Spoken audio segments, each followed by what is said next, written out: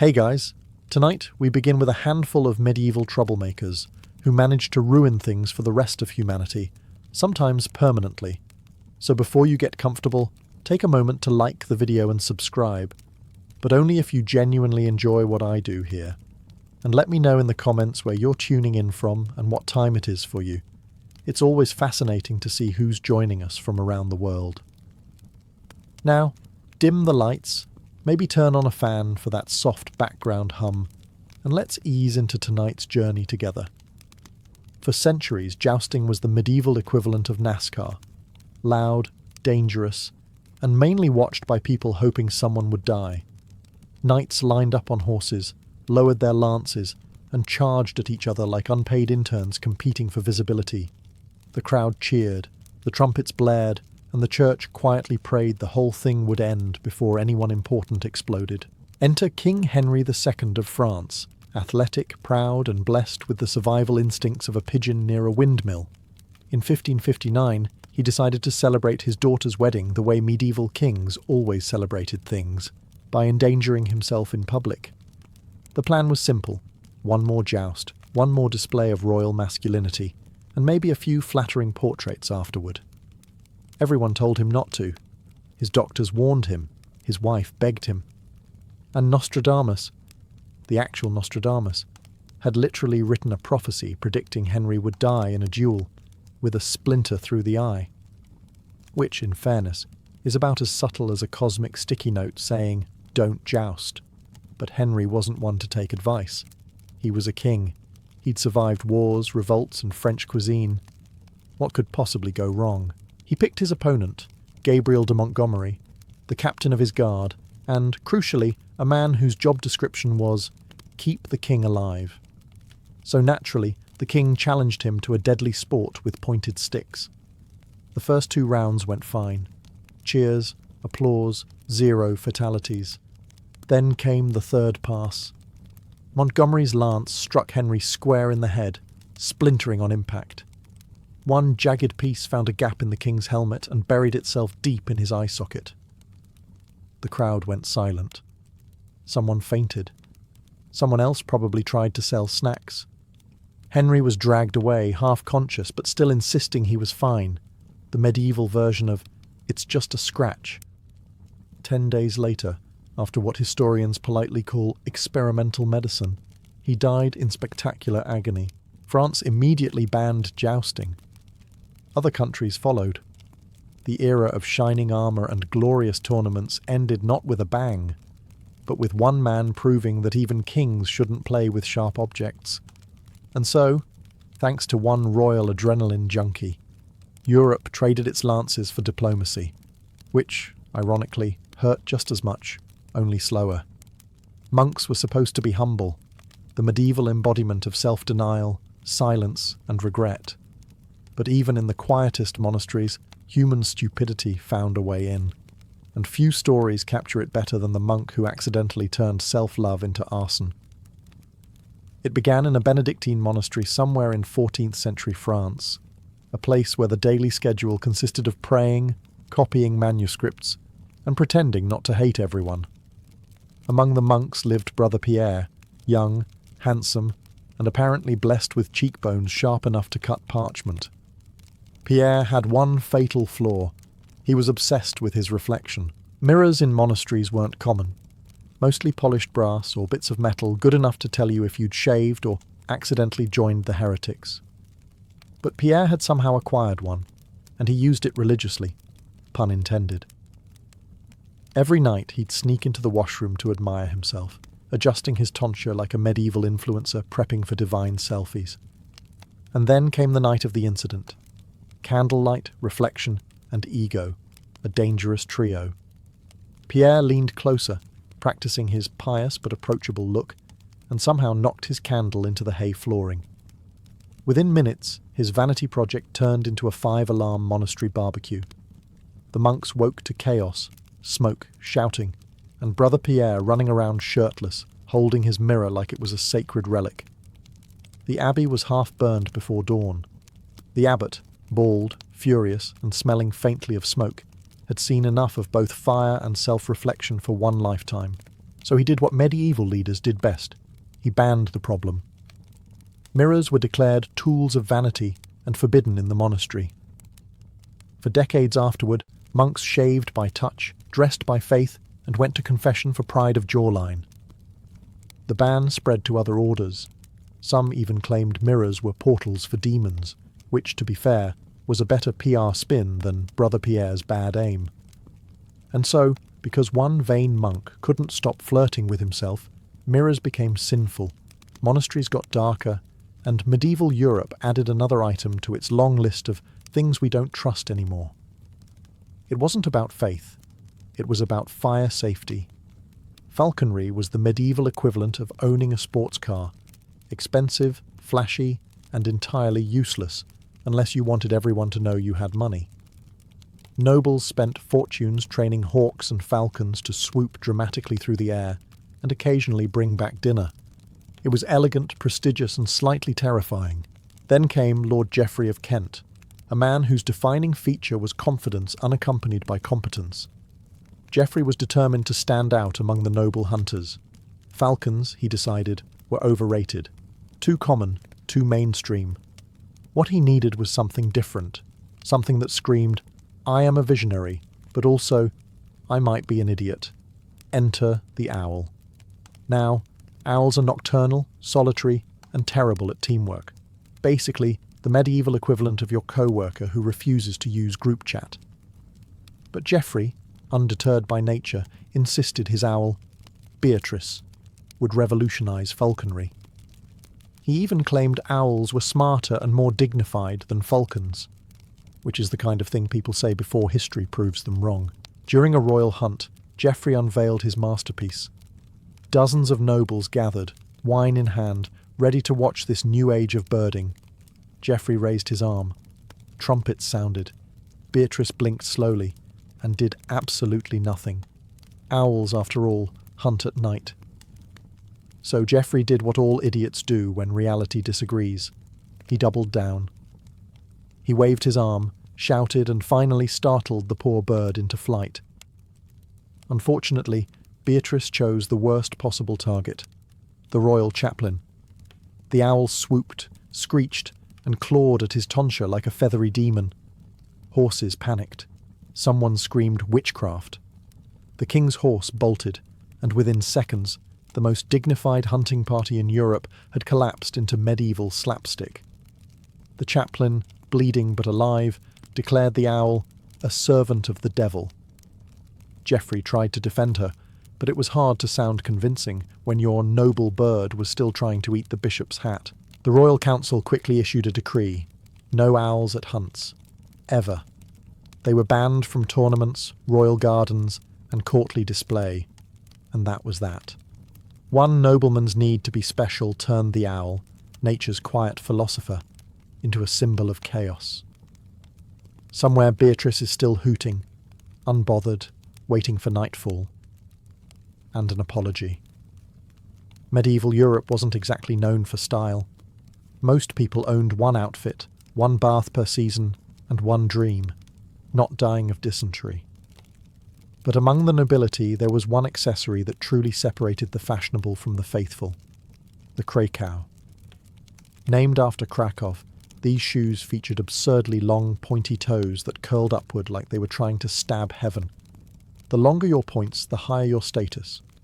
Some were so exaggerated that noblemen had to tie the tips to their knees with little chains just to walk, a design choice that said, "I'm rich, but also a danger to myself." Enter Sir Reginald of Essex, a man whose ego could barely fit into his armour. Reginald took footwear seriously. While most nobles stopped their crackles at a modest 6 inches, he commissioned a pair nearly 2 feet long, hand-stitched Italian leather, decorated with tiny bells, and guaranteed to be noticed by anyone within shouting distance. On Sunday, he wore them to Mass, the medieval equivalent of showing up to church in a Ferrari with your shirt unbuttoned. Unfortunately, the shoes were not built for subtlety. During the procession, one of his pointy toes snagged on a tapestry. The result was spectacular. Reginald tripped, somersaulted forward, and crashed directly into the bishop, taking 2 altar boys and a candelabrum with him. Wax flew. the bishop screamed. The choir stopped mid-hymn. It was, by all accounts, the most exciting thing that had ever happened in that church. The bishop, recovering from what he called a personal assault by vanity, declared long-toed shoes an abomination and distraction from God. Within weeks, the local clergy banned them outright. Other dioceses followed. Before long, crackles were outlawed across Christendom, and Reginald was known not for his style, but for the Great Trip of St. Albans. Monks preached that the devil lived in those pointy toes. Artists painted demons with matching footwear.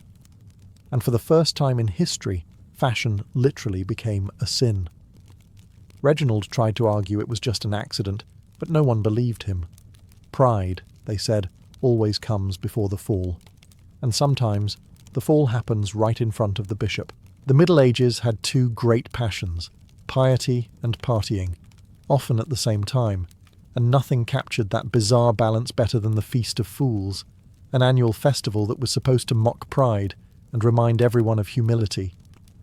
Naturally, it turned into the loudest, drunkest, least humble event in Christendom. The idea was simple. For one glorious day, the lower clergy could act like their superiors. Monks dressed as bishops, choir boys gave sermons, and someone inevitably blessed a goat.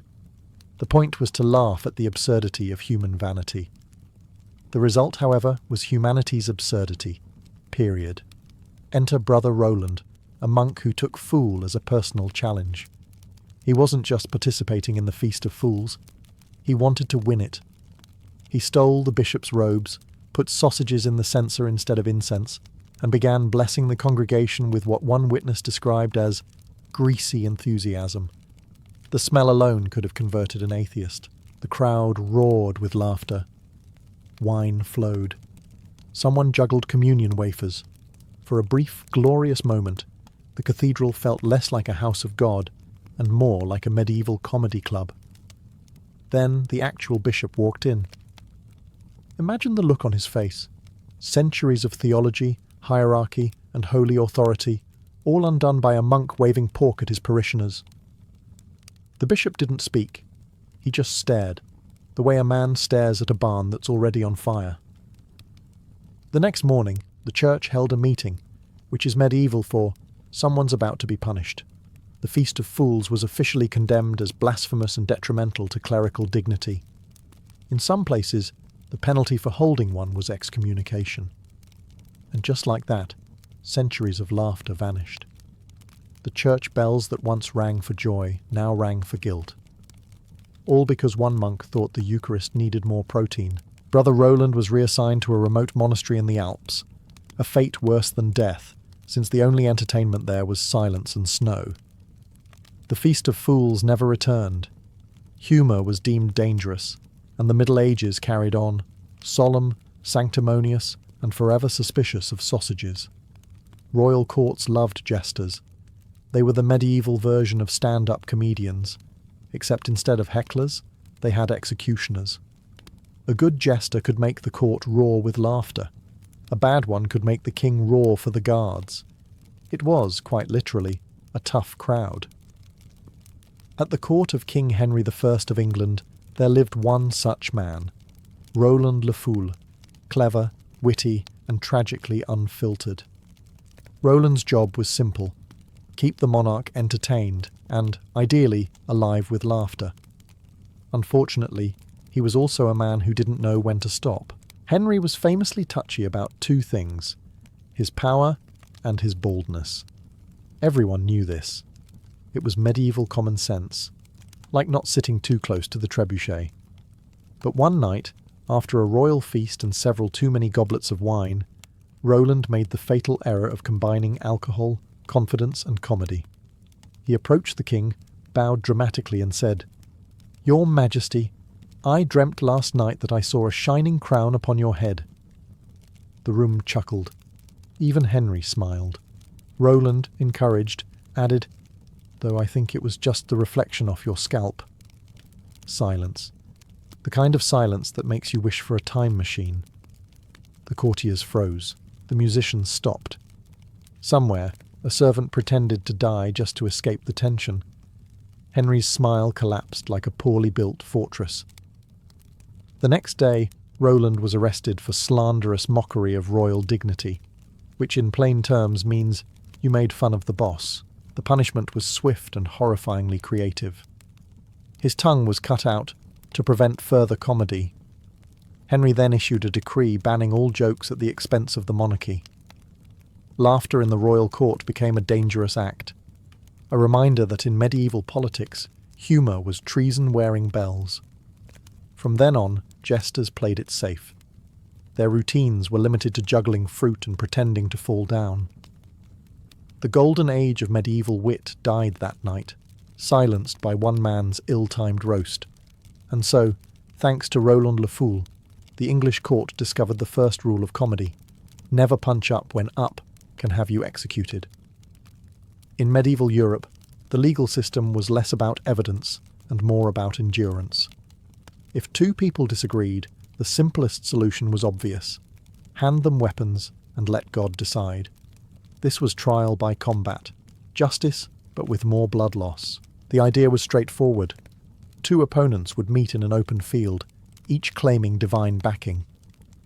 The logic was that God would never allow an innocent man to die. In practice, he seemed remarkably indecisive. Enter Jean de Carouge and Jacques Legris, two French nobles in 1386, who managed to turn a lawsuit into France's last officially sanctioned duel. Carouge accused Legris of a crime so severe it required heavenly arbitration: the assault of his wife Marguerite. Legris denied it. The court stalled. And somewhere between bureaucracy and bloodlust, the king decided, let's just fight about it. The duel was held before the entire Parisian court: priests, nobles, and one very nervous queen. The combatants rode in, wearing enough armour to sink a boat. Trumpets sounded, prayers were mumbled, and then they began what chroniclers politely called a ferocious engagement, which is medieval for a mutual attempt at dismemberment. Legris was faster, stronger, and allegedly better at not dying, but fate, or physics, favoured Carouge's. After several rounds of smashing each other with divine enthusiasm, Carouge's managed to knock his opponent to the ground and stab him through the throat. The crowd erupted. Marguerite wept. The church pretended this was all part of the plan. The problem? A few years later, the king realised that maybe basing justice on swordsmanship wasn't the most reliable system. God, it turned out, might not actually moonlight as a referee. So he quietly banned trial by combat, replacing it with the far less exciting investigation. Carouge's was hailed as a hero for about a month before everyone remembered that two men had killed each other to solve what could have been handled by paperwork. Legris was buried, the church sighed, and humanity collectively learned, briefly, that violence and truth don't mix well. Trial by combat was over.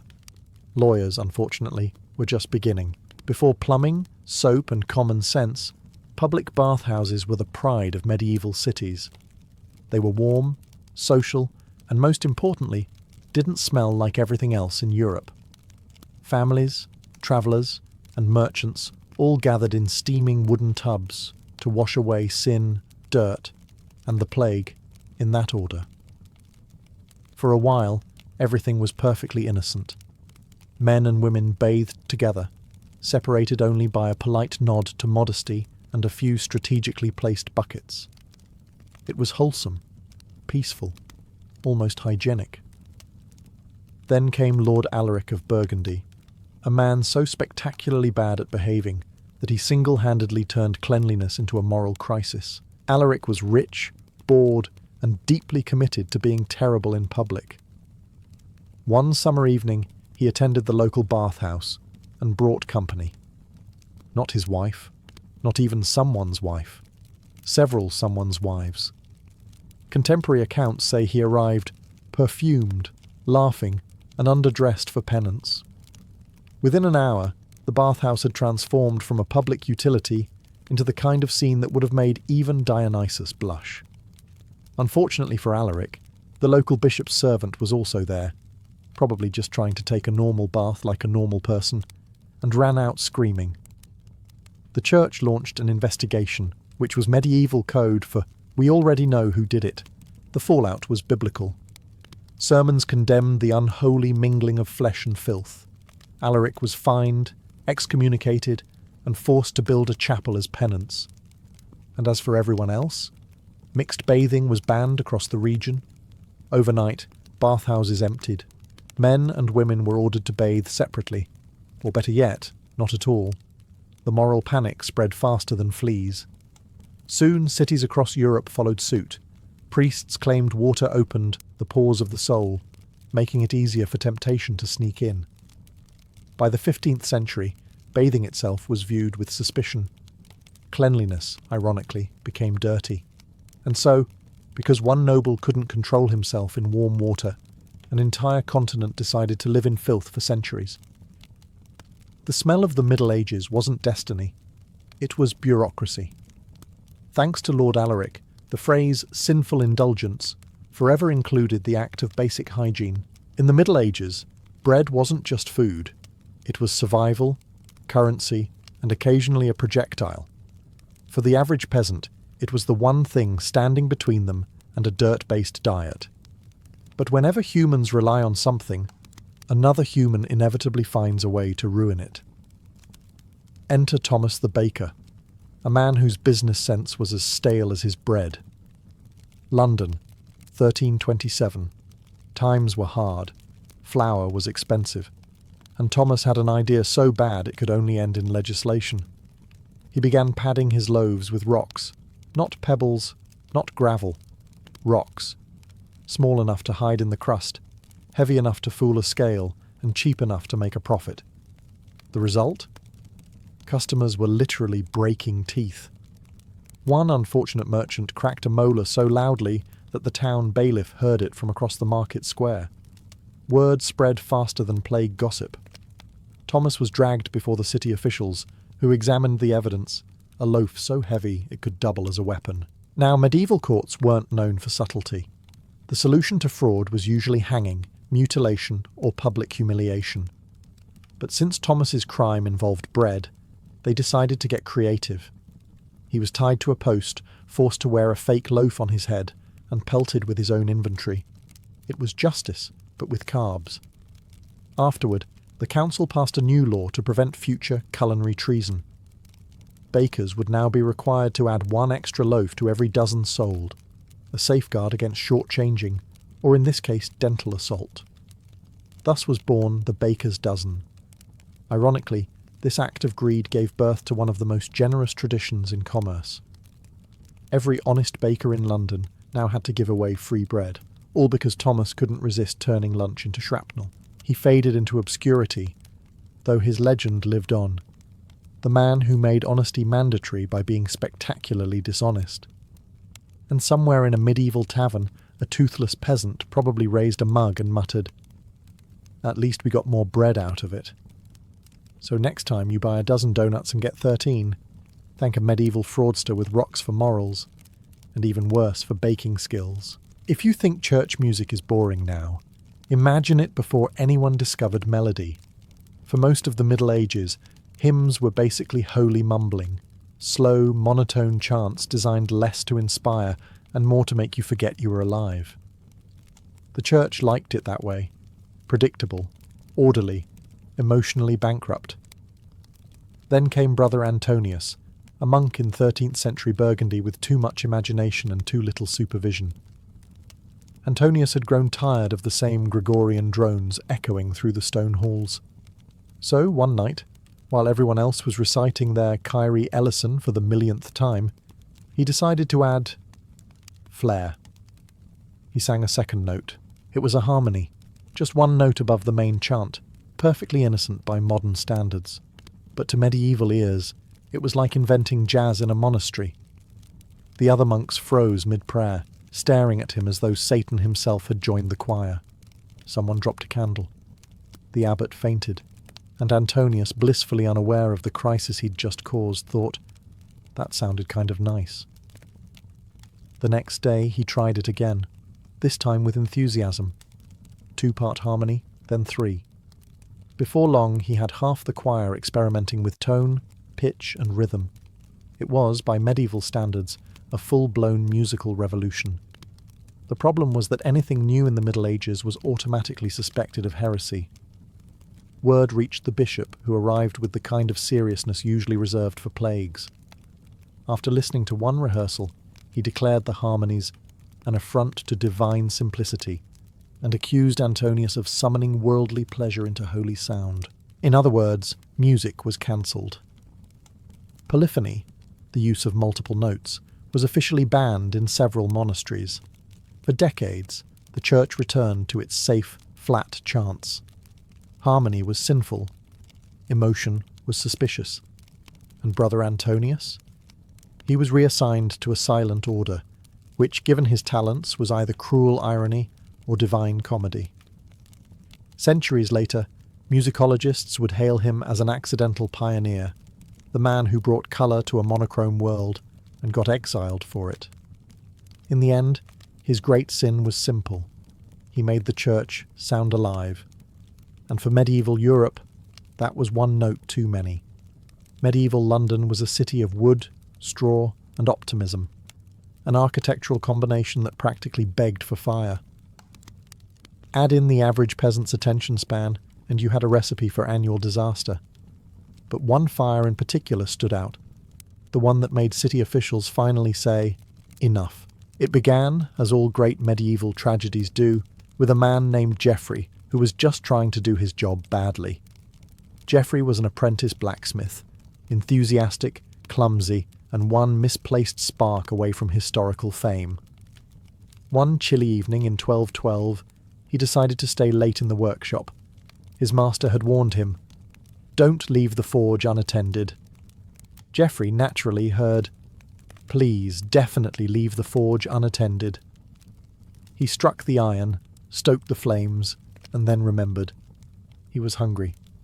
So he left for dinner, in a wooden city, with an open fire still burning. By the time he returned, London was a light show. Flames leapt from thatch to timber, spreading faster than medieval gossip. The riverfront went up first, warehouses, taverns and all. The heat was so intense that the lead roof of St. Mary's Church literally melted and flowed down the street like molten frosting. Contemporary accounts claim people tried to save barrels of ale before saving themselves, which feels historically accurate. The fire raged for days, consuming over 3,000 houses. London's Lord Mayor declared that henceforth, no man shall kindle flame after sunset within the city walls. In other words, bedtime for everyone. Candles, hearths, forges, even lanterns were banned at night. It was the first medieval curfew, brought to you by one man's dinner break. Of course, this rule caused its own chaos. Tavern owners complained, bakers rioted, thieves celebrated. The city learned to navigate by moonlight, stubbed toes, and prayer. As for Geoffrey, he vanished from the records, which probably means he either fled or was turned into a cautionary bonfire himself. Either way, London got its first real fire safety policy, centuries before anyone invented insurance. So if you've ever been told to blow out the candle before bed, remember, that advice was written in smoke, signed by Geoffrey, and paid for with most of medieval London. In medieval Europe, funerals were solemn affairs. Incense, hymns, tears, and the occasional reminder that life expectancy was about 35 on a good day. But leave it to medieval nobility to look at a quiet burial and think, you know what this needs? Violence. It started in 1241 at the funeral of Duke Raymond of Toulouse, a man so wealthy that even his death drew a crowd. Nobles from all over France came to pay respects, and by pay respects, I mean show off their armour and gossip. The problem with gathering armed competitive men in one place is that sooner or later someone suggests a tournament. Enter Sir Aldric de Vienne, a knight described by one chronicler as a man of enthusiasm but little restraint. While mourners filed past the coffin, Aldric nudged his friend and said, "Wouldn't Raymond have loved one last joust?" His friend, being equally stupid, agreed. Within the hour, lances were fetched, horses saddled, and the solemn funeral procession turned into a spontaneous melee. What began as a memorial tilt quickly devolved into chaos. A squire tripped over a casket rope, a knight missed his target and impaled a banner. One unfortunate monk was launched into a puddle of holy water. The coffin itself tipped over mid-charge, releasing the late Duke into what must have been the worst encore in history. By the time it ended, 3 knights were injured, 1 church window was gone, and the abbot had a nervous breakdown. The clergy called an emergency council the next morning, and with the full fury of bureaucratic piety, they issued a decree. No games, tournaments, nor feats of arms shall take place in proximity to the burial of the dead. In other words, no more jousting at funerals. The ruling spread across Europe, and for once, everyone agreed it was reasonable. Funeral organisers went back to mourning quietly. Knights went back to finding other ways to get concussed. And the church added another entry to its ever-growing list of rules created because someone couldn't behave. Duke Raymond was reburied with all due reverence, minus the jousting. His legacy lived on, not for his deeds, but because his funeral became the medieval equivalent of a YouTube fail compilation. Medieval feasts were chaos in edible form. Imagine hundreds of nobles, knights, and clergy packed into a hall that smelled like meat, mead, and mild regret. Tables groaned under roasted boar, stewed eels, pies of uncertain origin, and an ocean of alcohol. It was a time to eat, drink, and, more importantly, show everyone that your digestion was better than theirs. For years, these feasts went about as well as anything medieval ever did. Minor food poisoning, occasional sword fights, and at least one minstrel catching fire. But then came Sir Baldwin of Burgundy, a knight whose relationship with alcohol could be described as committed but abusive. It was the Feast of St. Martin, a celebration that began as a religious event and ended as a competitive drinking tournament. Sir Baldwin arrived late, already wobbling, wearing armour polished to a shine and a grin that spelled doom. He immediately downed 3 goblets of wine to catch up, then another for St. Martin, and one more for symmetry. An hour later, the kitchen presented the centrepiece, a glorious roasted chicken meant for the Duke himself. Baldwin saw it, decided divine providence had placed it there for him, and lunged. Unfortunately, another knight, sober, hungry, and less amused, lunged too. The 2 men grappled, cursed, and eventually drew swords, over poultry. The hall erupted, chairs broke, goblets shattered, and one terrified priest hid under the table with the pies. The brawl spread faster than confession rumours. By dawn, 3 men were dead, 12 injured, and the Duke's banquet hall looked like the aftermath of a food fight in hell. The church, horrified, declared public feasts a breeding ground for gluttony and sin. The Crown agreed, banning open feasting and replacing it with smaller, morally supervised dinners. In other words, no fun allowed. Sir Baldwin survived, barely, and reportedly woke up 2 days later asking if he'd won. His legacy outlived him, not in honour or valour, but as the man who made overeating illegal. So next time someone ruins a party, remember, at least they didn't end an entire European tradition over a chicken leg. The Middle Ages didn't need pandemics to cancel events. They had Baldwin. The University of Paris in the 14th century was Europe's intellectual crown jewel, a place of debate, discovery, and occasional fires. It produced philosophers, theologians, and at least one man who made education illegal for everyone else. That man was Etienne of Rouen, a student of theology with big dreams and even bigger delusions. Etienne wasn't content with memorizing Latin or arguing about angels on pinheads. He wanted results. Real, magical, world-bending results. Unfortunately, his definition of research involved less Aristotle and more necromancy. It began harmlessly enough. Etienne bragged to his classmates that he could summon a spirit to help him pass his exams. They laughed, as all smart people do before something explodes. Determined to prove himself, he borrowed a forbidden grimoire from a Dominican friar and decided to conduct his great experiment in the dormitory basement, because that's where all brilliant disasters begin. By candlelight, surrounded by chicken bones and the smell of wet parchment, Etienne chanted his spell.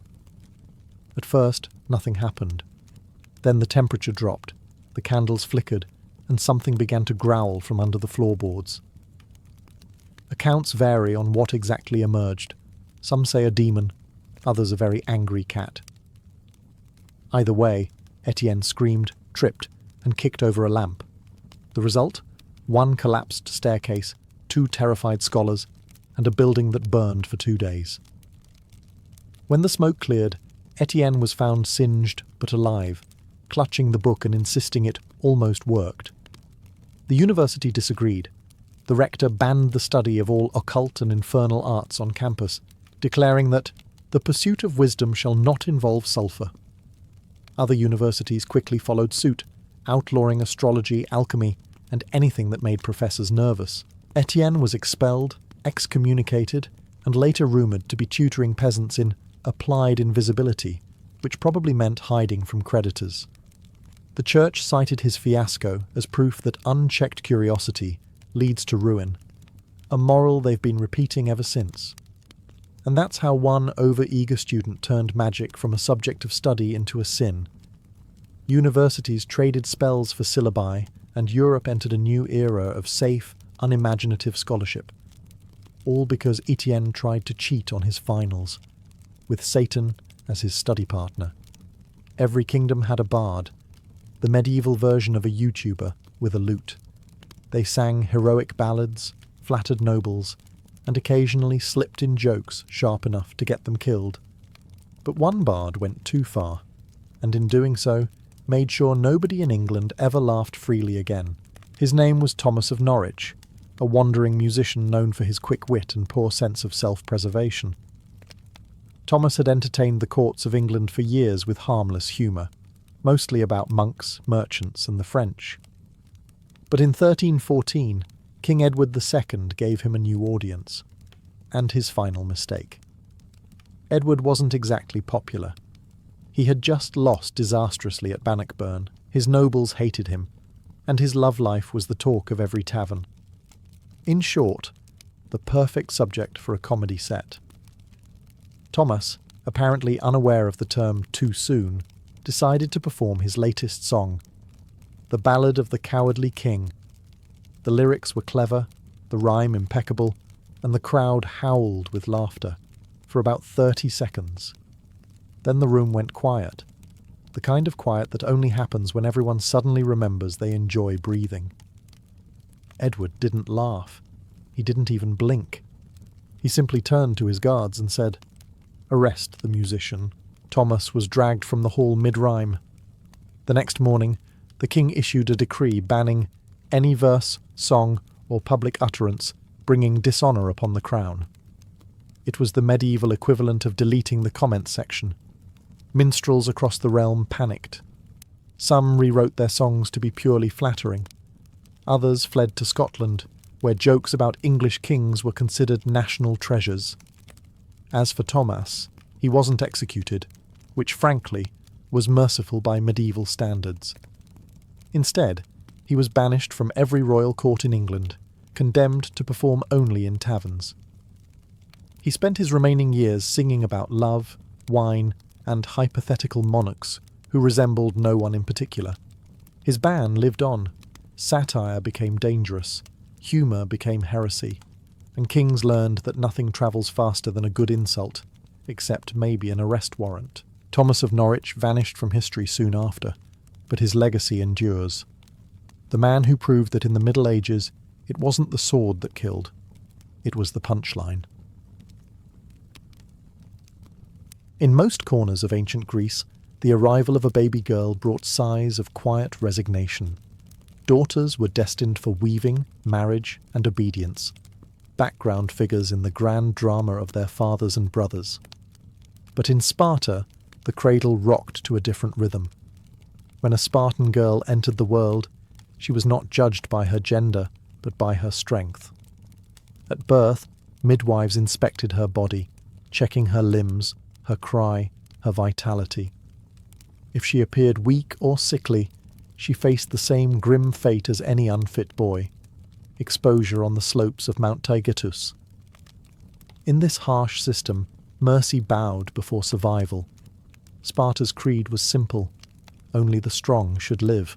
From her first breath, a Spartan girl belonged not merely to her family, but to the state. The city itself was her guardian and her purpose. Her parents might nurture her, but Sparta shaped her destiny. She was not to be hidden in domestic silence or wrapped in layers of modesty. Instead, she was to grow loud, proud, and unbreakable. Her duty was clear: to one day give birth to sons who would die for Sparta, and to be strong enough to endure that truth without weeping. Even her appearance reflected the state's values.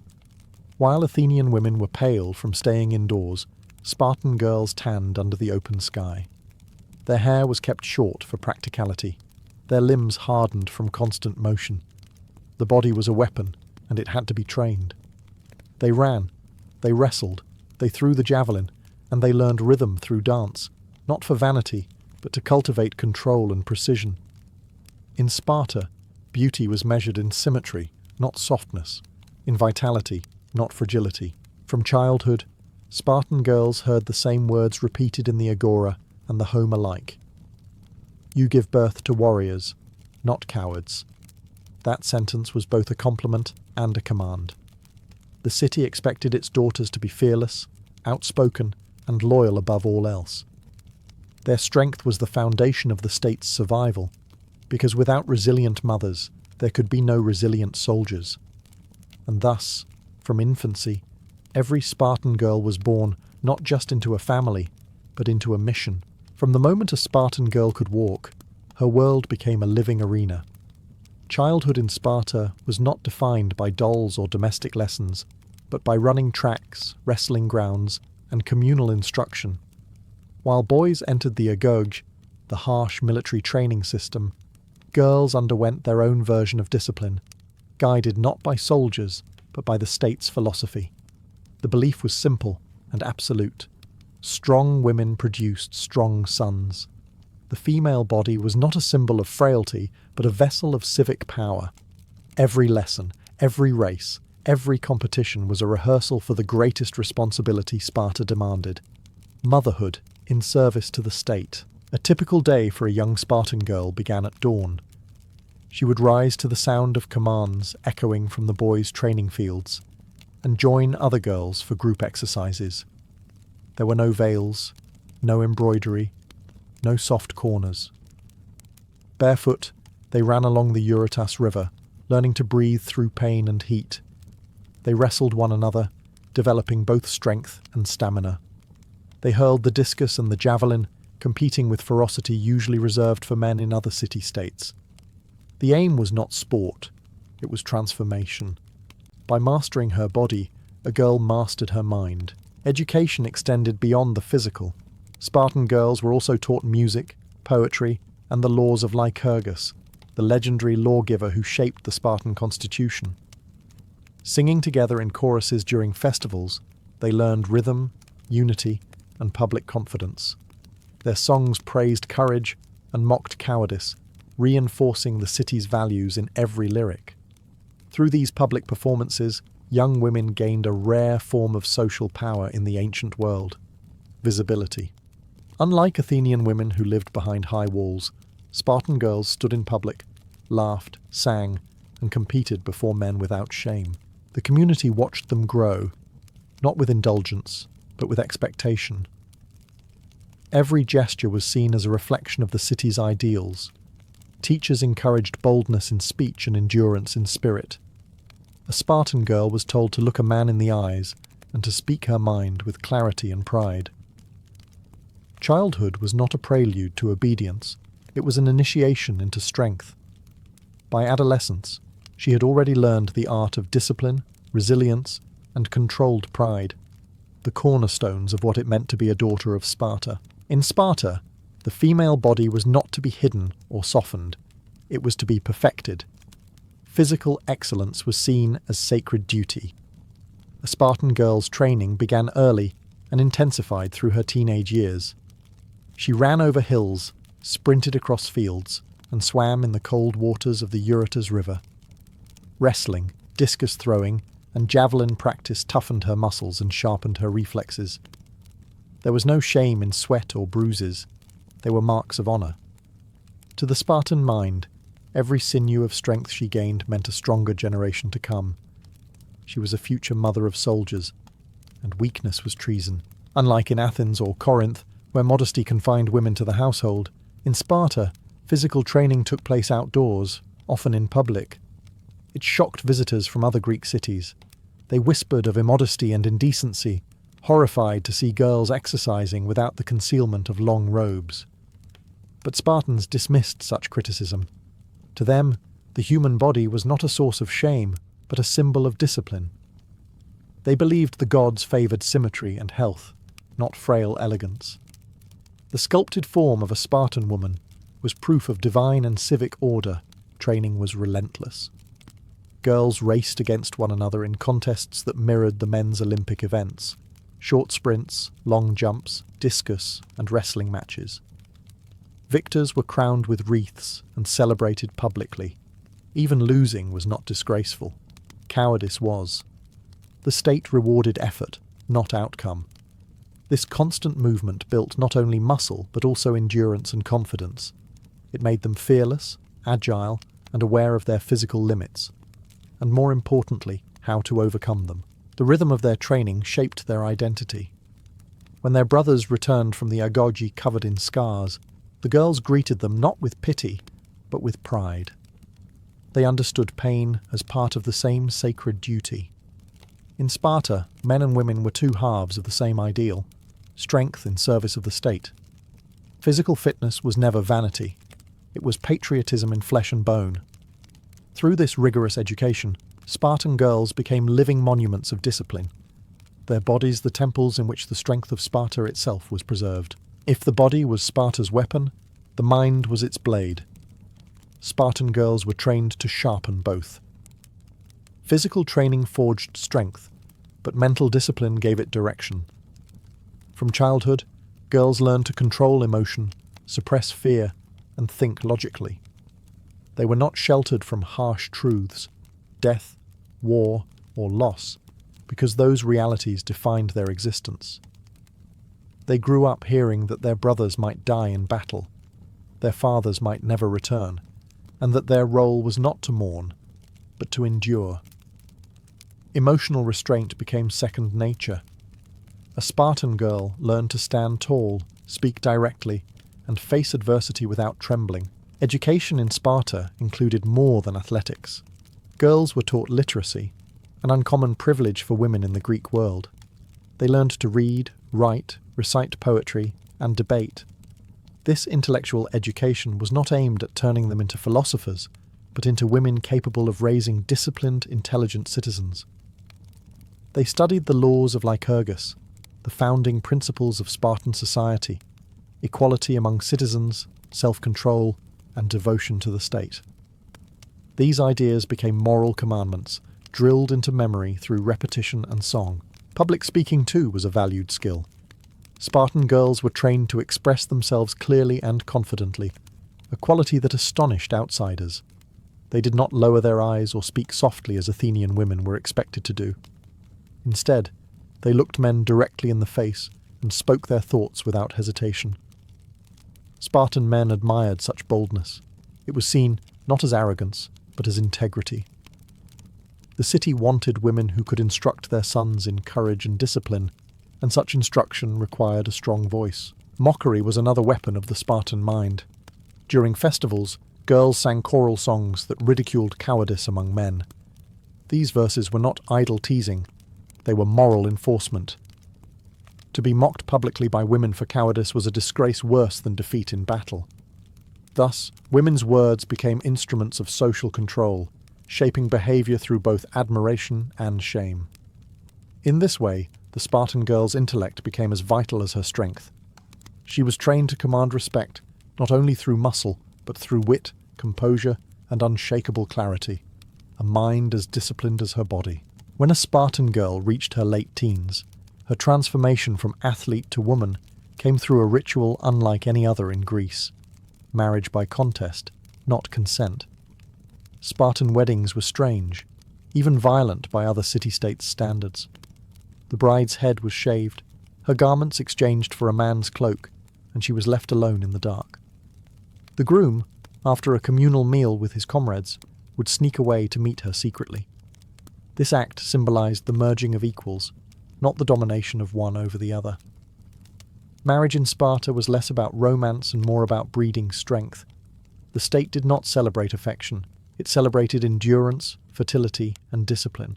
Before marriage, a young woman's reputation depended on her prowess. Athletic skill and visible vitality were seen as the greatest dowry. Spartan men admired robust women, those who could run, wrestle, and bear children without weakness. Love poems and perfume were irrelevant. Physical excellence was erotic in itself. To be admired for strength, not softness, was the Spartan ideal.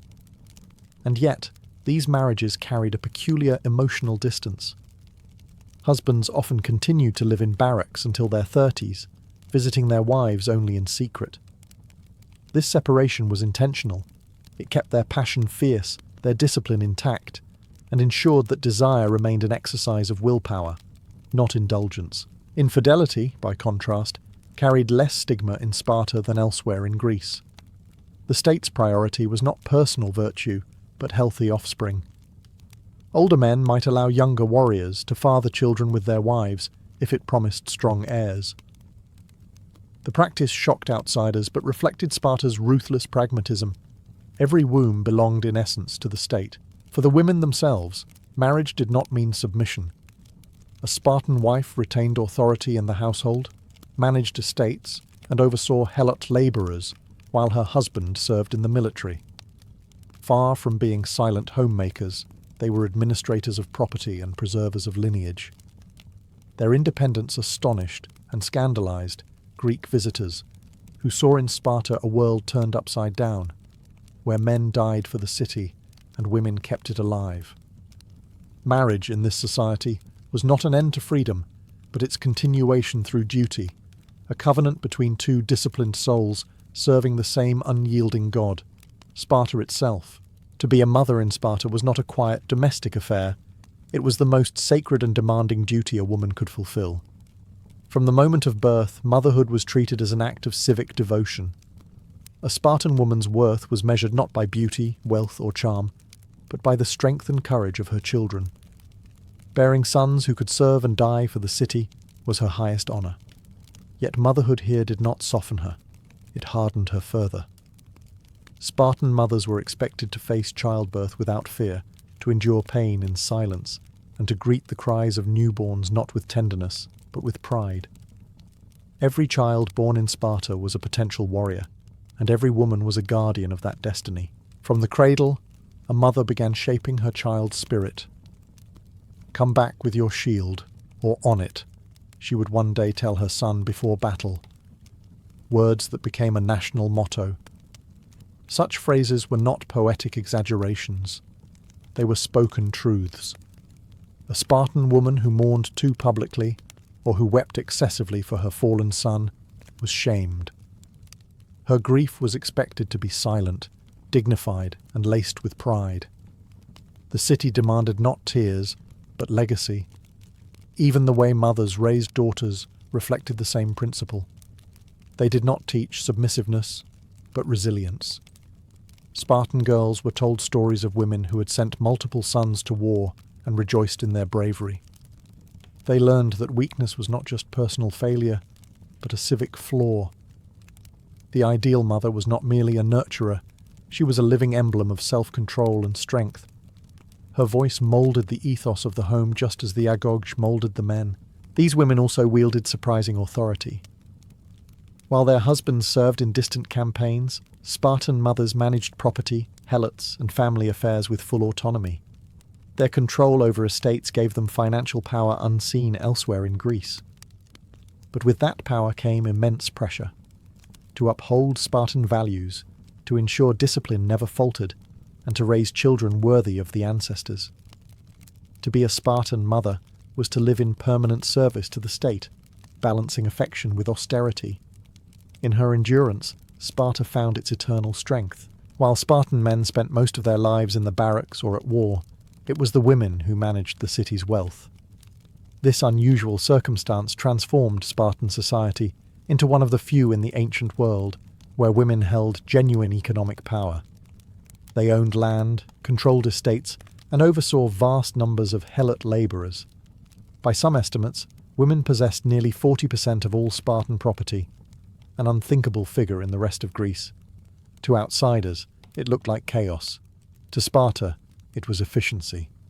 The city entrusted its survival not only to its warriors, but to its women's discipline and competence. Managing wealth in Sparta was not about luxury or excess. Spartan women were forbidden to flaunt gold or foreign fashions. Their riches were tools of stability, not vanity. They directed harvests, distributed food, maintained livestock, and ensured that the military system functioned while men were absent. In essence, they became the administrators of the Spartan war machine's economic heart. Their success or failure directly affected the soldiers' ability to fight, and thus the city's fate. This authority made them respected, but it also made them feared. Their sharp tongues and decisive manners shocked visitors who expected docility. The political influence of women was indirect but undeniable. A Spartan mother's opinion could sway her son's courage. A wife's ridicule could shame a husband into valour. Their voices carried moral weight in public discourse, shaping how honour and duty were perceived. They didn't sit in councils or hold titles, but their presence was felt in every decision that touched the household, and the household was the foundation of the state. Naturally, this power drew criticism. Greek writers like Aristotle accused Spartan women of arrogance, claiming they ruled over their men and corrupted the state's discipline. But such accusations reveal more about foreign discomfort than Spartan reality. In truth, these women upheld the very order that made Sparta feared across the Greek world. They were the invisible hands behind the iron front, guardians of wealth, enforcers of virtue, and custodians of stability. The Spartan woman, wealthy yet austere, embodied a paradox. She ruled a household yet served the state, commanding power while submitting to duty. A queen within invisible borders, loyal only to Sparta. In most Greek cities, a woman's silence was considered her virtue. But in Sparta, silence was cowardice. Spartan women were famous, or infamous, for their bold speech. They mocked, praised, and commanded with a sharpness that startled outsiders. Their words carried authority, and their wit was legendary. They didn't whisper behind closed doors. They spoke in the public square, at festivals, and even to kings. When a Spartan mother handed her son a shield and said, "With it or on it," she wasn't merely giving advice, she was issuing a command. Her voice was the echo of the state itself.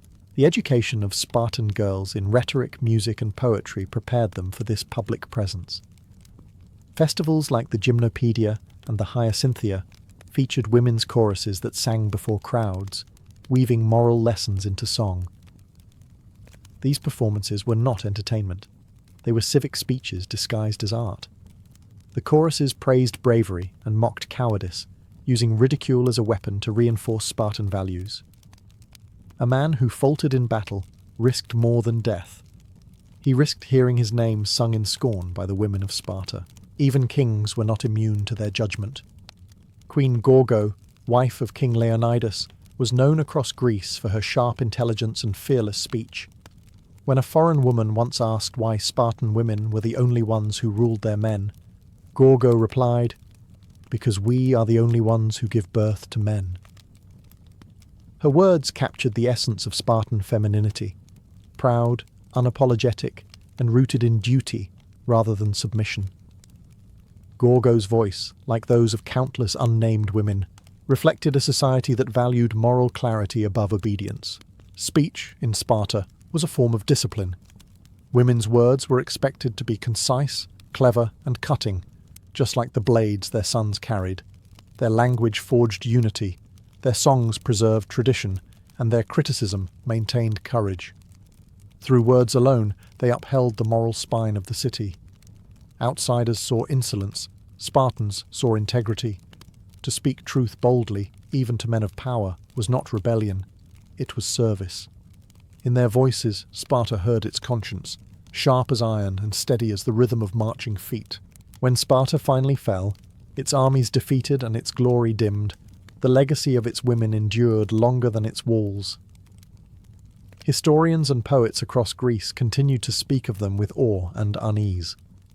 To some, they were monsters of pride, women who dared to speak as men, rule as men, and train as men. To others, they were marvels of discipline and dignity, the silent architects of a city built on strength. Even Athens, Sparta's rival in every way, grudgingly admired the steel of its daughters. For while Spartan men made the city famous through war, it was Spartan women who kept it alive through generations of sacrifice and endurance. Their legacy was not confined to physical prowess or patriotic motherhood. It was a cultural revolution. They redefined what it meant to be female in the ancient world. Not fragile, not ornamental, but essential. They stood as living proof that the body of a woman could be a political instrument, a weapon of continuity, and a symbol of moral order. Their training, their speech, and their stoicism shaped a society unlike any other in history.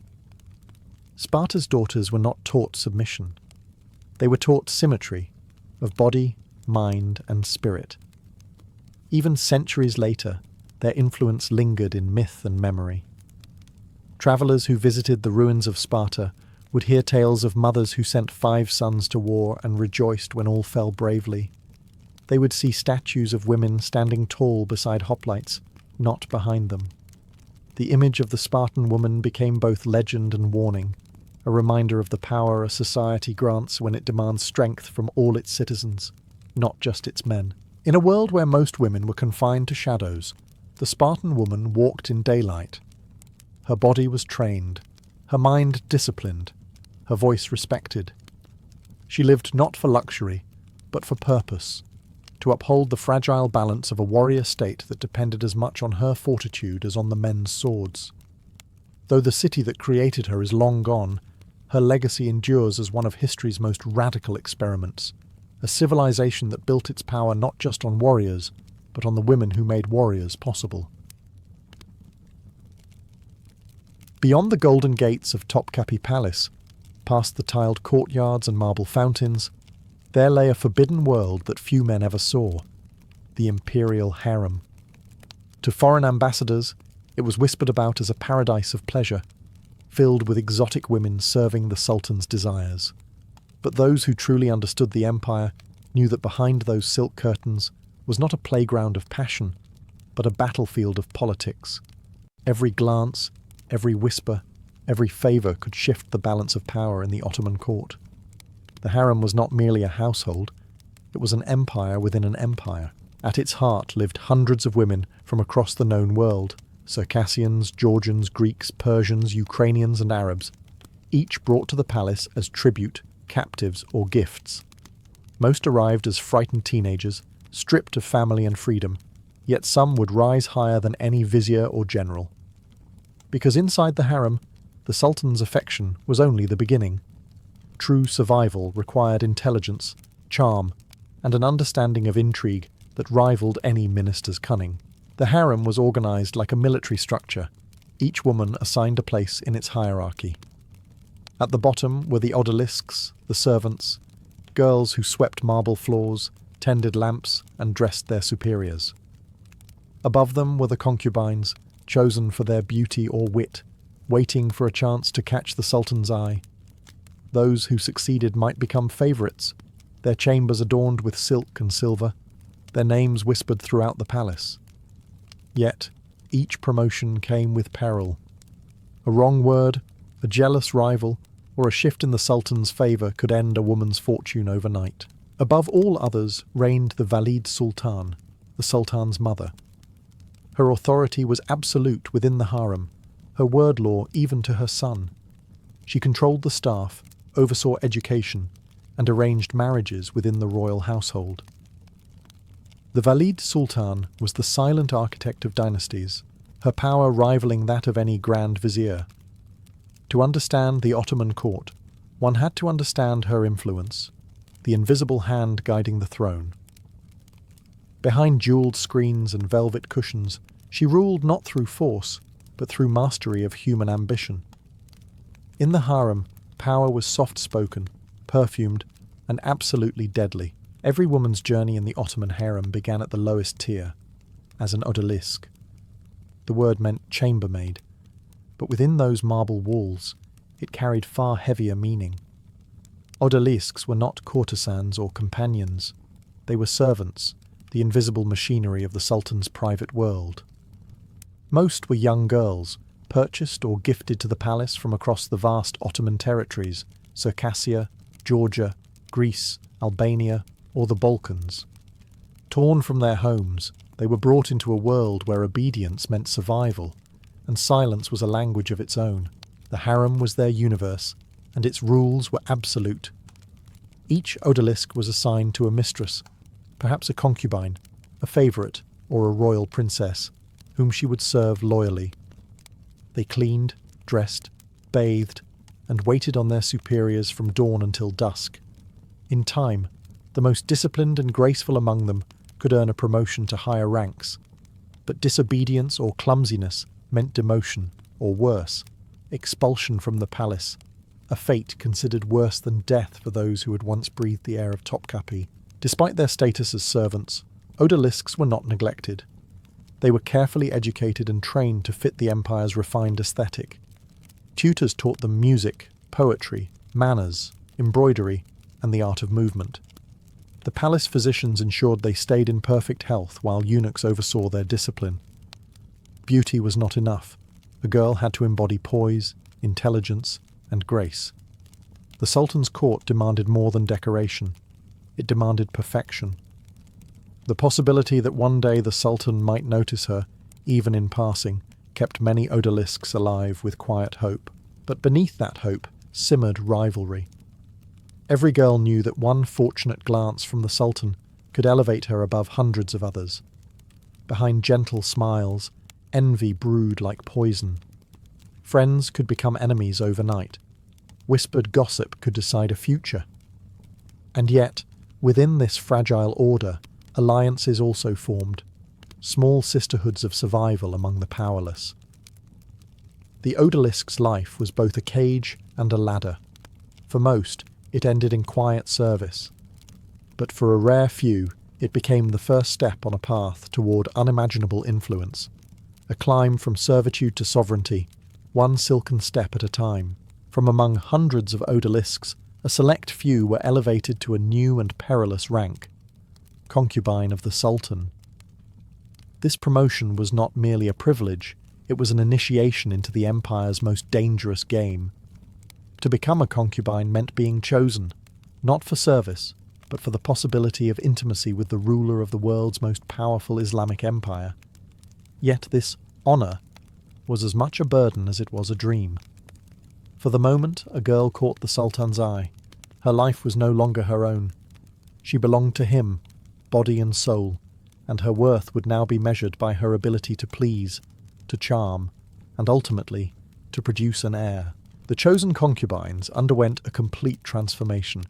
They were dressed in luxurious silks, perfumed with rose oil, and adorned with jewels that once belonged to fallen queens. Their behaviour was reshaped by tutors who taught them the refined arts of conversation, poetry, and etiquette. They learned how to move gracefully, to dance with restraint, and to speak in the soft melodic Turkish of the palace. But beneath the elegance lay an unspoken truth. Beauty without cunning was useless. Many concubines discovered that surviving the Sultan's favour required intelligence sharper than any blade. Not all concubines ever met the Sultan. The harem was enormous, and only a handful were ever summoned to his chambers. For those who were, the encounter could change everything. If the Sultan was pleased, the woman might become a Kadin, an official consort with her own quarters, servants, and privileges. If not, she might fade back into obscurity, her silks replaced by linen, her hope extinguished. Jealousy thrived in these corridors. A smile from the Sultan to one woman could spark quiet fury in 100 others. Rumours spread like smoke, and alliances were made or broken in whispers. Eunuchs guarded the doors, but no guard could stop ambition. For each concubine, the path upward was paved with charm and deceit alike. Her rivals were not her enemies alone, they were her reflections, each one dreaming of the same impossible ascent, to bear the Sultan's child, and with it, claim a sliver of immortality in the empire's golden history. Above the concubines rose a select few known as the Guzda, meaning the favoured ones. These women were no longer servants, they were the Sultan's chosen companions, the elite circle whose smiles could bend the empire's destiny. To be named a favourite was to live under constant scrutiny and intoxicating privilege. Their chambers shimmered with gold-threaded drapes and marble fountains. Their meals were served on silver trays. Their gowns were sewn from the rarest silks of Bursa. But luxury came with invisible chains. The Sultan's love was fickle, and the higher a woman climbed, the deadlier the fall. The Guzda had succeeded where hundreds failed. She had captured the Sultan's affection. Yet affection alone was not enough. Her true test was endurance. To remain in favour, she had to embody grace, intelligence, and restraint at all times. A single misstep, a careless word, or a whisper of jealousy could strip her of everything. Favourites became masters of diplomacy, fluent in the subtle language of the palace. They learned when to flatter, when to fall silent, and when to plant an idea in the Sultan's mind so gently that he believed it was his own. Many Guzda became quiet political players, using their influence to secure positions for allies or favour certain advisors. Through them, the harem's invisible hand extended into the empire's politics. A smile at the right banquet or a word whispered through the Valid Sultan could change the course of a vizier's career. Yet, these intrigues were carried out with surgical precision. The Sultan's heart was the battlefield, and flattery was the weapon. But perhaps the most perilous moment for a favourite came when affection deepened into attachment. If she bore the Sultan a child, especially a son, she would rise even higher. But her life would also grow infinitely more dangerous. The other favourites would watch her with suspicion. Rivals would conspire, and eunuchs would listen for signs of arrogance. Many a Guzda met her end not through the Sultan's wrath, but through poison poured by jealous hands. Within those perfumed halls, survival depended on balance, the ability to stay beloved yet never threatening, adored but never indispensable. To be a favourite was to dance daily on the blade of empire. To bear the Sultan's child was to cross a line few women ever reached, a transformation from concubine to Kadin, an official consort of the Sultan. With motherhood came both reverence and risk. The Kadins were the mothers of princes, the future of the Ottoman dynasty, and thus the most valuable and vulnerable women in the empire. Their lives revolved around one mission: to ensure their son's survival and, if fate allowed, his ascension to the throne. In a world where power flowed through bloodlines, the womb was a weapon. Each Kadin was granted her own private apartments within the harem, complete with servants, attendants, and eunuchs. Her status depended on the Sultan's affection, but even more on the gender of her child. To give birth to a daughter brought honour, to bear a son brought power. The boy would be raised by tutors, trained in war and governance, while his mother became his protector, advisor, and political strategist. From that moment on, her future was bound entirely to his. If he rose, she would rise with him. If he fell, her fall would be swift, and often fatal. Competition among the Kadins was relentless. The harem, though veiled in silence and beauty, was built on rivalry. Each mother watched the others with polite smiles and quiet calculation. They exchanged gifts and compliments, but their hearts guarded suspicions sharper than daggers. The death of one prince meant safety for another. An accident in the nursery could alter the empire's succession. Even the Valide Sultan, the Sultan's mother, observed these rivalries with caution, knowing that too much ambition among the Kadins could ignite chaos in the palace. Still, these women were not powerless pawns. They were educated, eloquent, and skilled in persuasion. Their letters to the Sultan were crafted like poetry, their conversations filled with flattery and subtle influence. Through them, foreign ambassadors found allies and viziers found enemies. In the Sultan's private moments, a Khadan's voice could shape decisions that would echo across the empire. Yet beneath all the silk and ceremony lay a cruel truth. Their glory was temporary, their peace fragile. In the Ottoman harem, motherhood was both a crown and a curse, a gift that could lead either to immortality or to ruin.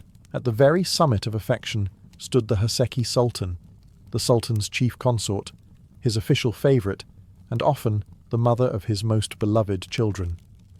To become Haseki was to rise from the scented shadows of the harem into the light of power itself. Her name was spoken in the same breath as viziers and pashas.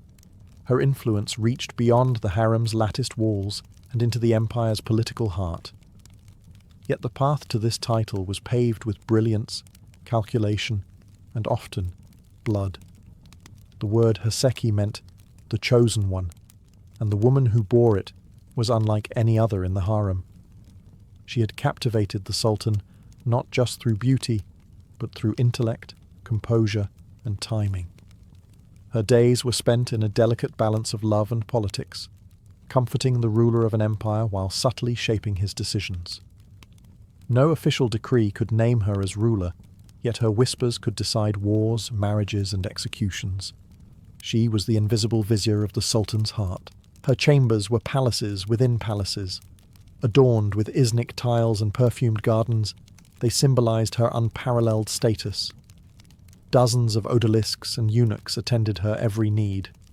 Yet even in this luxury, the Haseki Sultan walked a tightrope of danger. Her power rested entirely on one man's favour, and the harem was filled with eyes waiting for her to stumble. A single illness, a rumour, or the birth of another woman's son could threaten her position overnight. To survive, she needed both love and fear. Love from the Sultan and fear from everyone else. History remembers the most legendary of them all, Harem Sultan, known in the West as Roxolana. A former slave from Ruthenia, she rose to become the lawful wife of Sultan Suleiman the Magnificent, something no concubine had achieved in centuries. Her intelligence and political cunning transformed the empire's inner court, making her one of the most powerful women in Ottoman history. Yet her rise also marked the beginning of an age of intrigue, the Sultanate of Women, when mothers and wives shaped the throne through charm, letters, and whispered manipulation. To be the Haseki Sultan was to wear the crown of affection, and the dagger of envy pressed eternally against one's heart. Above every woman in the harem, above the concubines, the favourites, even the Haseki, stood the Valide Sultan, the Sultan's mother. Her word was law within those perfumed walls, her authority absolute. She did not compete for affection. She possessed something far greater, legitimacy. As the mother of the reigning sultan, she held the one relationship that could never be replaced. While lovers might come and go, a mother's position was eternal, and her influence extended beyond the palace into the very heart of imperial power. The Valid Sultan occupied her own lavish apartments, known as the Valid Dairesi, a palace within the palace. Hundreds of servants, eunuchs, and attendants served her, and her wealth rivaled that of the Grand Vizier. She oversaw every aspect of the harem: discipline, education, appointments, and punishments. Every woman, from the lowest odalisk to the Sultan's favoured consort, ultimately bowed before her authority. She decided who entered the Sultan's chambers, who bore his children, and who would be quietly dismissed. Her influence reached even into the empire's politics. Foreign ambassadors sought her favour, knowing that a few well-placed words from her could alter the Sultan's mood, or his alliances. But her power came at a heavy cost. The Valid Sultan lived surrounded by ambition and deceit, even from within her own bloodline. She was both protector and rival to the women who might one day replace her. Her son's favourites, her grandson's mothers, her potential successors. The Ottoman court was a serpent's nest, and the Valide's wisdom was her only shield. Those who lacked cunning were quickly consumed. The most legendary among them Kösem Sultan and Turhan Sultan wielded immense influence, commanding armies, managing state affairs, and at times even ruling in place of child sultans. Their reigns marked the pinnacle of female power in Ottoman history, yet, even for the Valide Sultan, life was a game of balance. Too much control risked alienating her son, too little invited chaos within the harem. She ruled with velvet gloves over iron hands, maintaining order through fear wrapped in grace. The Valide was not merely the Sultan's mother. She was the empire's heartbeat, the matriarch behind the veil, the queen whose throne was carved not from gold, but from obedience. No story of the Ottoman harem can be told without the silent figures who guarded, managed, and often manipulated it from the shadows, the eunuchs. To the outside world, they were servants. Within the harem, they were gatekeepers, spies, and sometimes kingmakers. Castrated as boys and brought from Africa or the Balkans, they were cut off from ordinary life and remade into instruments of imperial control. Between the Sultan's private chambers and the labyrinth of women's quarters, the eunuchs stood as the unbreakable wall, men without lineage, without personal ambition, devoted entirely to the palace. Or at least, that was the theory. At the top of this hidden hierarchy was the Kızlar Asa, the chief black eunuch, one of the most powerful figures in the Ottoman Empire. His keys unlocked the harem gates, and his words reached the Sultan's ears faster than any viziers. He oversaw all correspondence between the harem and the outside world, carrying messages from the Valide Sultan, arranging marriages for royal daughters, and managing the vast estates that funded the harem's luxury. In an empire obsessed with rank and purity, his unusual position, neither fully male nor fully servant, gave him a freedom unmatched by any official. He could move where no man could go, and hear what no minister dared say. But beneath the ritual and loyalty thrived ambition. Many eunuchs used their proximity to power to build immense fortunes and political influence. Some became patrons of mosques, schools, and markets, their names etched into the architecture of Istanbul. The Kızlar Asa often acted as an intermediary between the Sultan's mother and the imperial council, shaping policies from behind the veil. His allegiance could determine who lived in favour and who fell from grace. A whispered warning or a withheld letter could destroy a life overnight. Yet for all their authority, eunuchs were prisoners too. They lived within the palace walls, bound by duty and isolation, their loyalty enforced by fear and dependence. They were the unseen machinery that kept the harem running, the quiet balance between love and death, chaos and control. In their silence, they ruled an empire of whispers, and through them, the harem itself became the most secret government in the world. As centuries passed, the harem that once pulsed with political intrigue and whispered ambition began to fade. The power that had once shaped empires slowly withered under the weight of change. By the late 17th and 18th centuries, the Ottoman world was no longer the same. Wars were lost, reforms were demanded, and Western influence seeped into the empire's veins. The great days of the Sultanate of Women, when mothers and wives ruled from behind silk curtains, were over. Yet, even in decline, the harem remained a mirror of Ottoman society, elegant, disciplined, and dangerous all at once. The number of women inside the harem dwindled, and the grandeur of its rituals softened. No longer were hundreds of concubines imported from distant lands. No longer did favourites rise to control the court. The Valide Sultan still held influence, but her word carried less weight as bureaucrats, generals, and reformists took control of the empire's future. The harem's walls, once the fortress of female power, became a gilded cage of tradition. The corridors still echoed with music, prayers, and gossip, but the Game of Thrones had ended. Its queens had outlasted their era. Still, the legacy of the harem reached far beyond its marble gates. The women who once lived there, from nameless odalisques to legendary figures like Harem Sultan and Kösem Sultan, reshaped the empire's destiny. They proved that power could wear perfume, that intelligence could thrive in captivity, and that politics could flow not only through swords and soldiers, but through letters, lullabies, and whispered advice.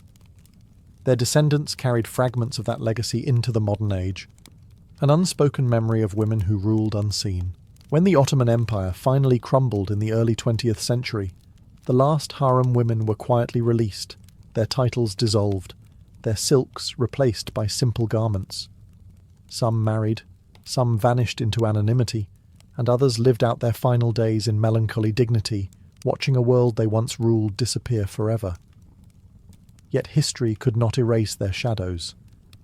The harem remains a symbol, both of oppression and of cunning survival.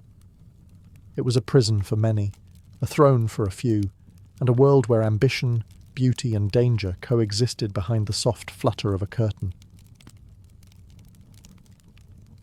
Marco Polo was born in 1254 in the glittering city of Venice, a republic built on water, trade and ambition. The air of the lagoon always carried the scent of spice, salt and silk, reminders that Venice's fortune was tied to the distant east. His father, Niccolo Polo, and uncle Maffeo were among the city's wealthiest merchants, their ships crossing the Mediterranean in search of rare gems and exotic goods. But Marco's childhood was marked not by luxury, but by absence. His father had departed on a trading mission years before his birth, vanishing into lands few Venetians had ever seen. By the time Marco was old enough to walk the docks and watch the galleys return, he had never met the man whose name he carried. He was raised instead by his extended family, learning the arts of commerce and navigation from a distance. Venice itself was a teacher, a city where maps were as valuable as gold, and every merchant's son was expected to speak in numbers and trade routes. Marco's education was rigorous. He learned Latin, Venetian, and a little Greek. He studied currencies, weights, and the subtle art of negotiation. Yet his imagination wandered beyond ledgers and contracts. He listened to sailors' tales in the taverns, of deserts that burned under an unending sun, of cities made of gold, and of emperors who ruled from the edge of the world. In 1269, when Marco was 15, his father finally returned to Venice. He did not come alone. Alongside his brother Maffeo, he carried treasures and strange curiosities from the east, and a letter from none other than Kublai Khan, the Mongol ruler of China. The brothers told of their first journey through Constantinople and Bukhara, of their audience with the great Khan, and of the Khan's invitation to return, this time bringing Christian scholars and sacred oil from Jerusalem. Marco listened in awe as they described lands beyond imagination: Persia, Samarkand, Cathay, names that sounded like magic. When they prepared to return to fulfill the Khan's request, Marco refused to be left behind. At just 17, he left the marble canals of Venice for a road that stretched thousands of miles across deserts, mountains, and empires. His departure marked not just a family reunion, but the beginning of a 24-year odyssey that would change how Europe saw the world forever. In 1271, Marco Polo set out from Venice with his father Niccolo and his uncle Maffeo, embarking on a journey that would span nearly a quarter of a century. Their destination was not simply a city, but the very heart of Asia, the court of Kublai Khan, ruler of the vast Mongol Empire. Their route would take them across the treacherous arteries of the Silk Roads, through lands where merchants vanished and kingdoms rose and fell overnight. The Polos were armed not with swords, but with trade goods, wit, and the Khan's own golden passport, a tablet inscribed with the great Khan's seal, granting them protection across his dominions. From Venice, they sailed to Acre, the last Crusader stronghold in the Holy Land, where they obtained the oil from the lamp of the Holy Sepulchre, a sacred gift for the Mongol emperor. From there, they crossed into Armenia and the barren highlands of Persia. The deserts of Iran tested their endurance. Sandstorms choked the sky, wells ran dry, and the heat turned metal into fire. Yet the Polos pressed on, guided by the promise of the East and the favour of fortune.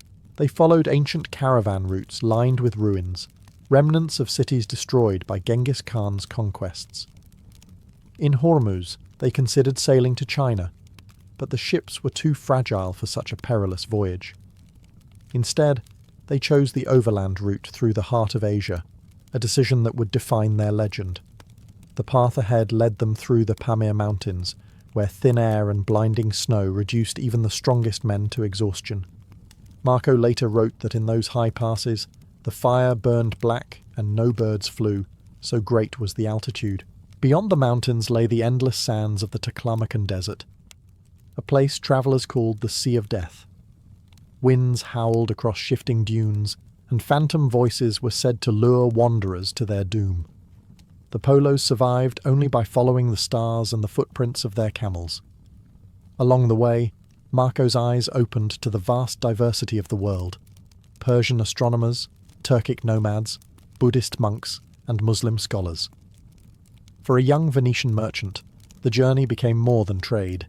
It was a passage into the unknown, the slow awakening of a European mind to the immensity of Asia. After months crossing Persia's deserts and caravan routes, the Polos reached the formidable Pamir Mountains, the roof of the world. Rising like frozen fortresses between modern-day Tajikistan and Afghanistan, the Pamirs were unlike anything a European had ever seen. Jagged peaks clawed at the clouds, and icy winds howled endlessly through the valleys. The air was so thin that even fire refused to burn properly, and travellers often fell ill from exhaustion or madness.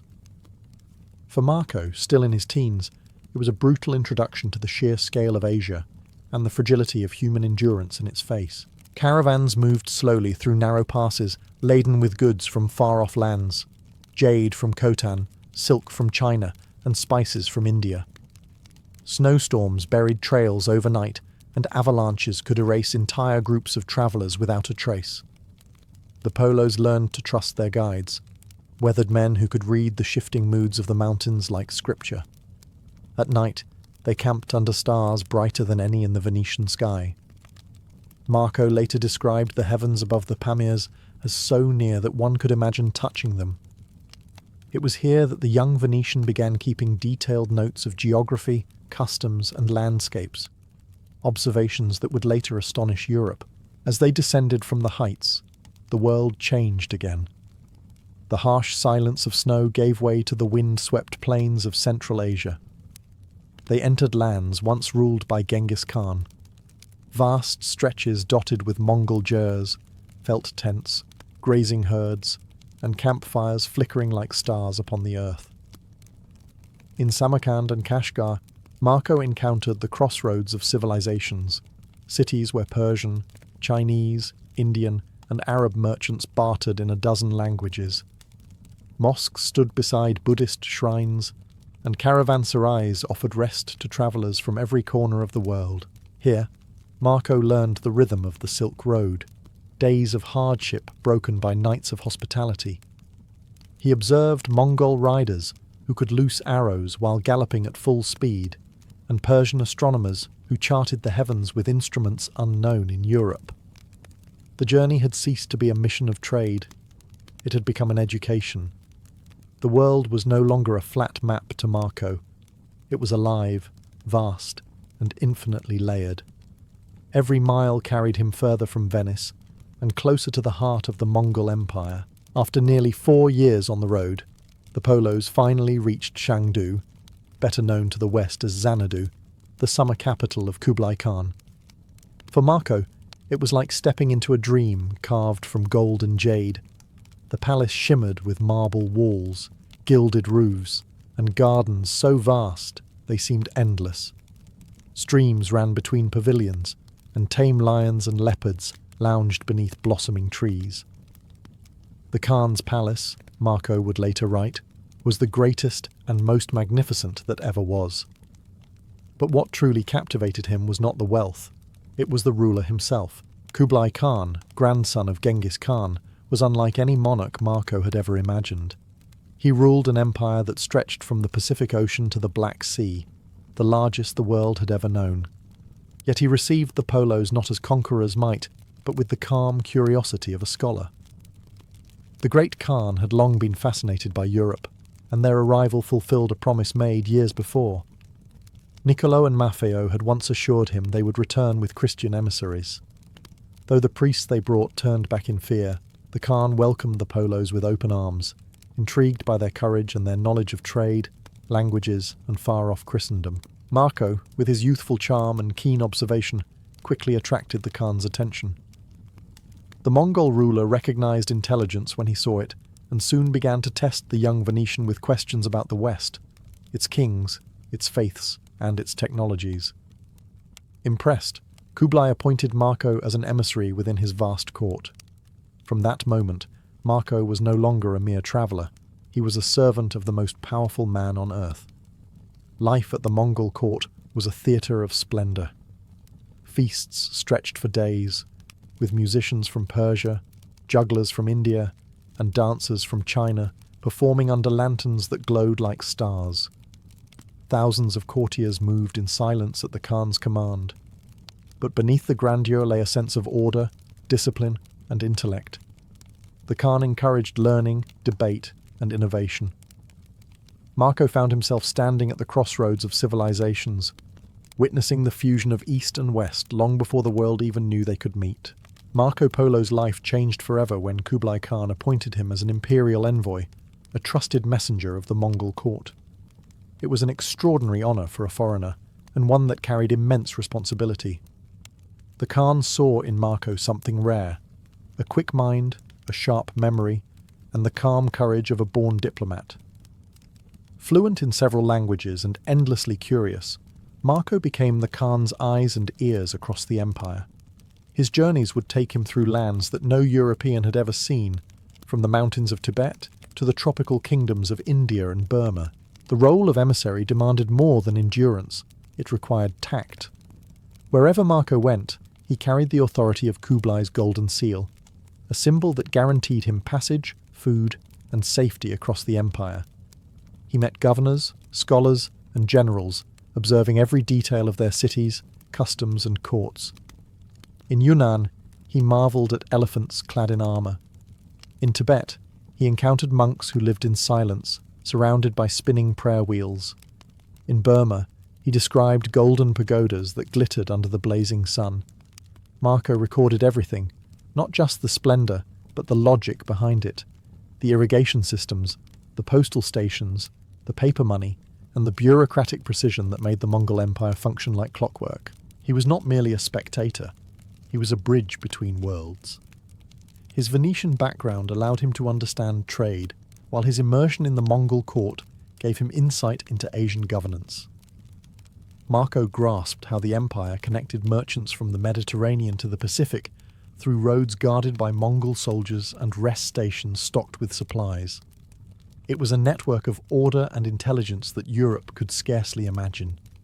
Years passed as Marco moved from province to province, earning the trust of local rulers and the admiration of the Khan himself.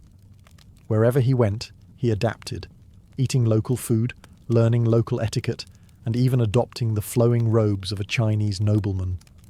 The Venetian merchant's son had become a citizen of the world. By the time he returned to Kublai's court, he was no longer a foreigner. He was part of the empire's fabric, his fate now inseparable from the destiny of the great Khan. During his years as emissary, Marco Polo came to know the heart of Kublai Khan's empire, China, or as he called it, Cathay. What he found there defied everything Europe believed about the East. The cities were vast beyond imagination, the people disciplined and industrious, and the wealth seemingly endless. Roads paved with stone stretched farther than any Roman highway, while canals threaded the countryside like silver veins, carrying barges heavy with rice and silk. Nowhere, Marco later wrote, was there such order, such plenty, such splendour. For a Venetian accustomed to the narrow alleys of his lagoon city, China was another world. He spent years in the empire's northern capital, Khanbalik, modern-day Beijing, where the Khan ruled from a palace that dwarfed the cathedrals of Europe. The walls were painted in vermilion, the roofs gilded in gold, and the throne room could hold thousands. Marco observed how the Mongol rulers had blended their nomadic traditions with the administrative genius of the Chinese. He witnessed the use of paper money, a concept that astonished him. Of no intrinsic worth, he wrote, yet accepted everywhere as gold. It was a civilization built on trust, innovation, and efficiency. Outside the capital, Marco travelled through fertile provinces where farmers tilled the land with iron ploughs and harvested silk from shimmering mulberry groves.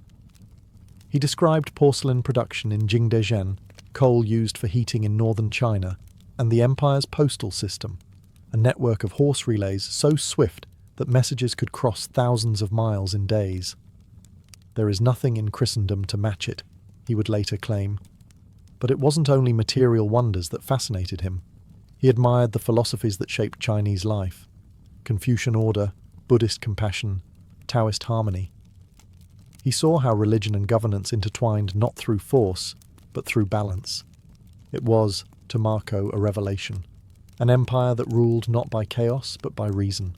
For 17 years he lived among these marvels, recording the details with the precision of a scholar and the wonder of a traveller. He was no longer the wide-eyed youth from Venice. He had become the West's first true witness to the grandeur of the East, a chronicler of a world that Europe had yet to dream of. By the late 1280s, Marco Polo had spent nearly 2 decades in service to Kublai Khan. He had travelled across Asia, governed cities, and witnessed the full majesty of the Mongol Empire. Yet beneath the splendour of his life at court, a quiet longing grew. The desire to see Venice again. His father Niccolo and uncle Maffeo shared that yearning. They had fulfilled their duty, served their emperor loyally, and aged far from home.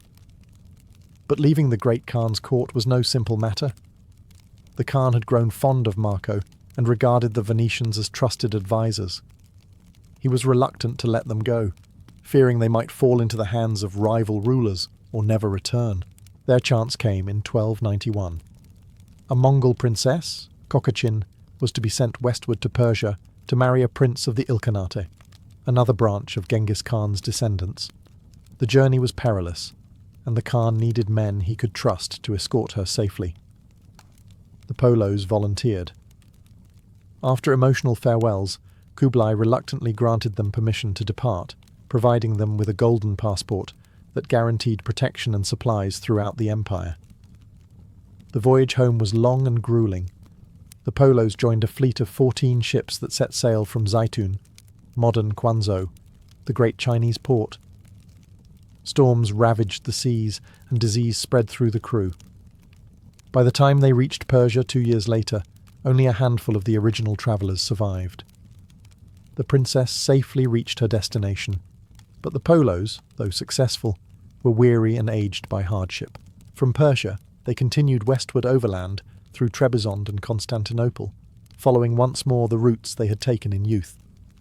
When they finally arrived in Venice in 1295, they were unrecognisable.